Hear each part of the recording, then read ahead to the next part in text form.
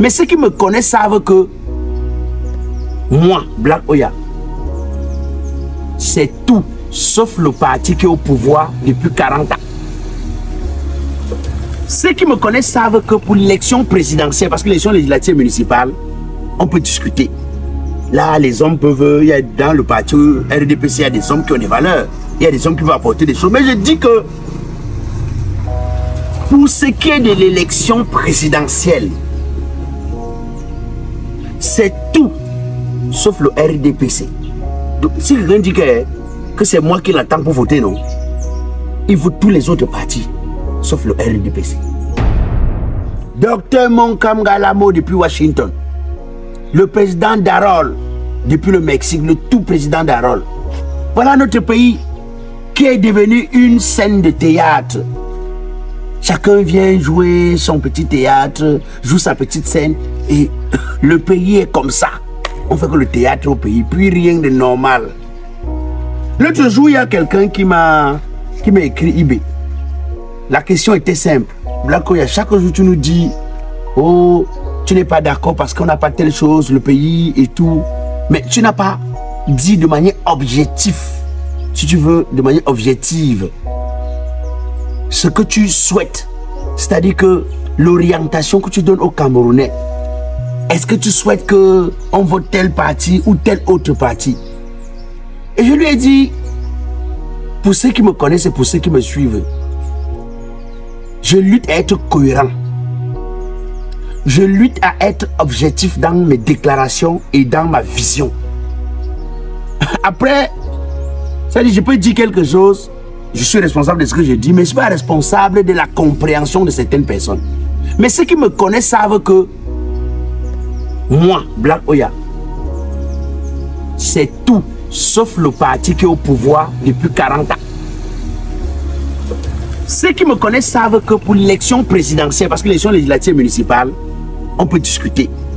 Là, les hommes peuvent, il y a dans le parti RDPC, il y a des hommes qui ont des valeurs, il y a des hommes qui vont apporter des choses. Mais je dis que pour ce qui est de l'élection présidentielle, c'est tout sauf le RDPC. Donc, si quelqu'un dit que c'est moi qui l'attends pour voter, non, il vote tous les autres partis sauf le RDPC. Parce que moi je crois que le pays ici doit créer une école de cohérence. Les gens sont incohérents. Donc, souvent je me pose la question, c'est vraiment nous qui votons ceux qui sont à la tête de ce parti, de ce pays? C'est vraiment nous qui votons pour le RDPC? On ne peut pas autant se plaindre. Oh, on n'a pas l'eau. Oh, on n'a pas le travail. Oh, au Cameroun, les gens meurent d'accidents, les gens meurent d'agressions, l'insécurité. Les conflits ne sont pas arrangés parce que les gens ont des intérêts. Oh, on a fait les détournements. Oh, Grenco est monté. Oh, Covid Gate. On ne peut pas se plaindre autant. Et voter encore le même parti qui nous fait se plaindre. C'est-à-dire qu'il y a une incohérence. C'est pourquoi souvent je dis que, mais et les Camerounais nous disent la vérité. Est-ce que c'est vraiment nous qui votons les déclarations que vous faites? C'est-à-dire que le résultat que vous donnez là, c'est vraiment le résultat que nous mettons dans les urnes. Sinon, c'est qu'il y a un problème. C'est que nous-mêmes, nous avons un problème.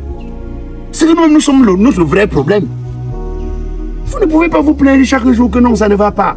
Nous, le Cameroun est devenu un enfer parce que, voilà, quand tu parles, parce qu'au Cameroun bavarde, quand tu parles, on te réprime, on t'arrête, on te sermonne. Mais on peut être les mêmes à dire que on vit tout ça dans ce pays. Et lorsqu'on va à une élection, surtout l'élection présidentielle qui porte le pays, qui porte le destin du pays, qui permet de retracer, de redonner les bases, on nous dit que c'est nous qui avons voté ce dont nous nous plaignons chaque jour. Moi, chaque temps je dis que il faut qu'on se pose des bonnes questions. Quand quelqu'un me dit, tu n'as pas dit, moi je vous dis, allez voter même le parti de Jean Diega. Lui-même que je trouve que c'est un comédien comme moi, que c'est mon collègue là. Allez le voter. Que de voter le parti au pouvoir. Pour ce qui est de l'élection présidentielle. Ceux qui me connaissent savent que l'incohérence, c'est même pas ma maison. Je peux me tromper de bonne foi. C'est-à-dire qu'un homme, tout homme est faillible. Je peux me tromper de bonne foi.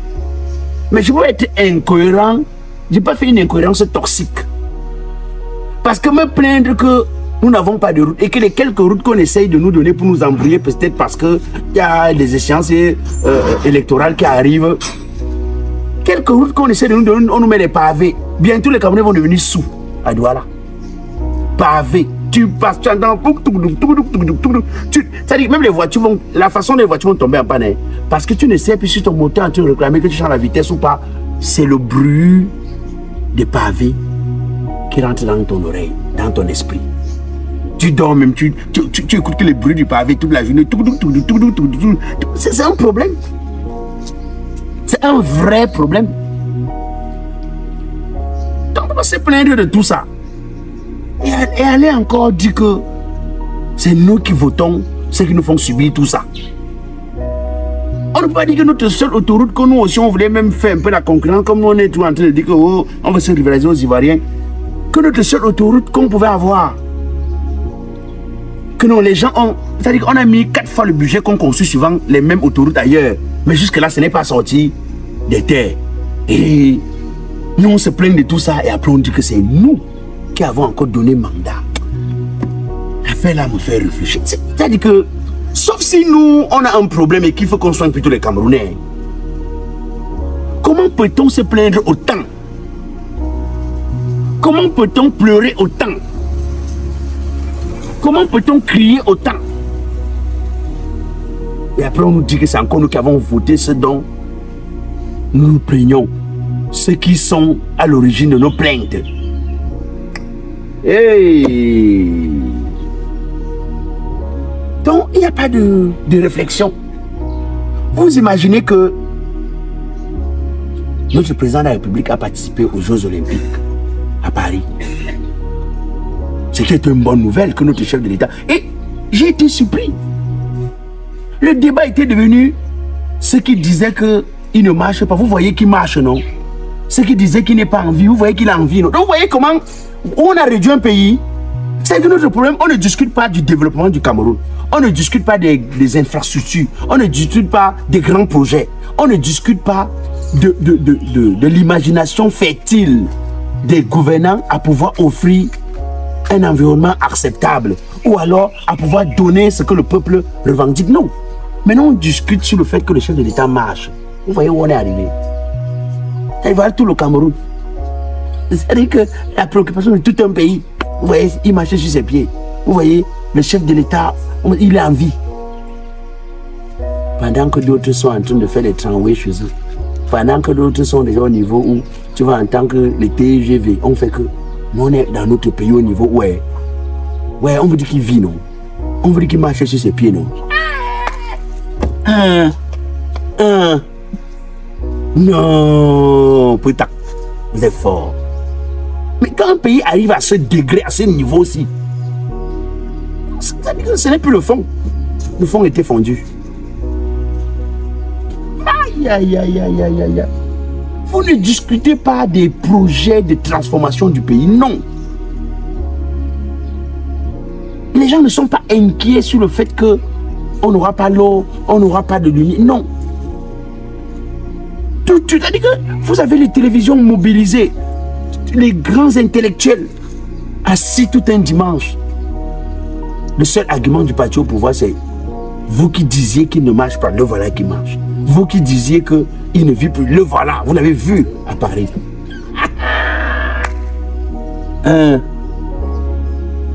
Vous voyez ça? Je ne sais pas si les gens arrivent à comprendre le degré de rabaissement dont nous sommes victimes. Le degré de petitesse dont nous subissons dans ce pays. C'est de ça que je parle. La dignité. C'est-à-dire que notre dignité, notre petite dignité est foutue, est morte. Aïe, aïe, aïe, aïe, aïe, aïe, aïe, aïe. Moi qui croyais qu'aujourd'hui le Cameroun devait être dans la compétition des grands États, la compétition des pays émergents, la compétition des pays en transformation, comment je vais dire ça, la compétition des pays qui sont dans le niveau de transformation industrielle comparable à ceux des Blancs. Mais non. Nous sommes encore au niveau de savoir si c'est encore vraiment ceux à qui nous avons donné le pouvoir qui sont au pouvoir. Parce que tellement on ne les voit pas, tellement on ne sait même pas, qu'on ne sait même plus.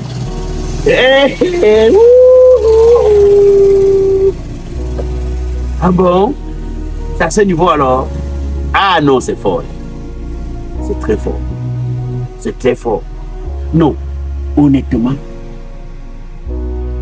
je crois que il est temps que l'on vive autre chose. Il est temps que ce pays-ci arrive à quelque chose de plus grand, de plus acceptable. Non, soyons quand même sérieux. Même la femme que tu as à la maison, il arrive que pendant les vacances, tu dis que va en vacances. Va en vacances. Parce que tu veux souffler, tu veux souffler, tu veux voir autre chose. Elle-même, elle décide, elle demande à aller en vacances parce qu'elle t'a trop vu. Quand même. Et puis, la vie est même simple, hein? Même en entreprise, c'est simple. Quand vous essayez une méthode, ça ne marche pas, vous changez, vous essayez autre chose. Vous essayez autre chose. Déjà, si vous avez donné autant de temps, même dans les relations amoureuses, quand tu dis, tu pardonnes ton homme une fois, deux fois, trois fois, sauf si toi-même tu veux mourir de ce dont tu te plains, tu te sépares. Tu essaies autre chose. Deuxième pas à moi de dire aux gens que allez faire telle chose.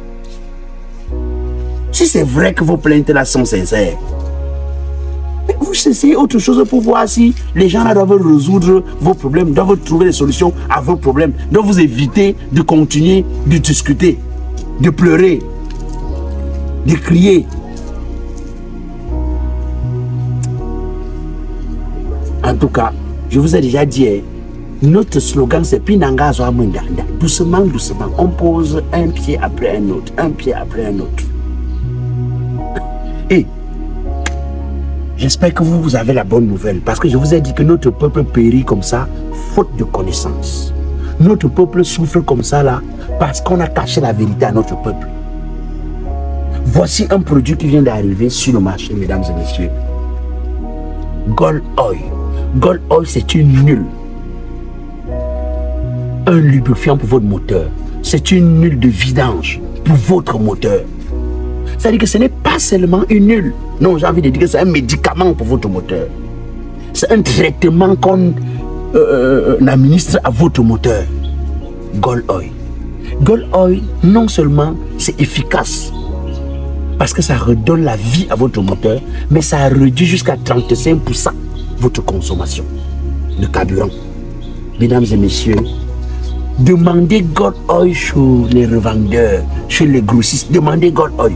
Vous avez les numéros de téléphone, appelez et essayez Gold Oil. Les patrons qui se plaignent chaque jour que oh, mon véhicule, vraiment, quand j'ai vidangé mes camions, à peine 3 semaines, je suis obligé de vidanger parce que ça fume déjà et je consomme, mon moteur ne dure pas longtemps. Voici le médicament. Gold Oil. Vous avez les numéros de téléphone de bas de l'écran. Appelez. En tout cas, qui vivra verra. Pinanga Zoamanda. Doucement, doucement.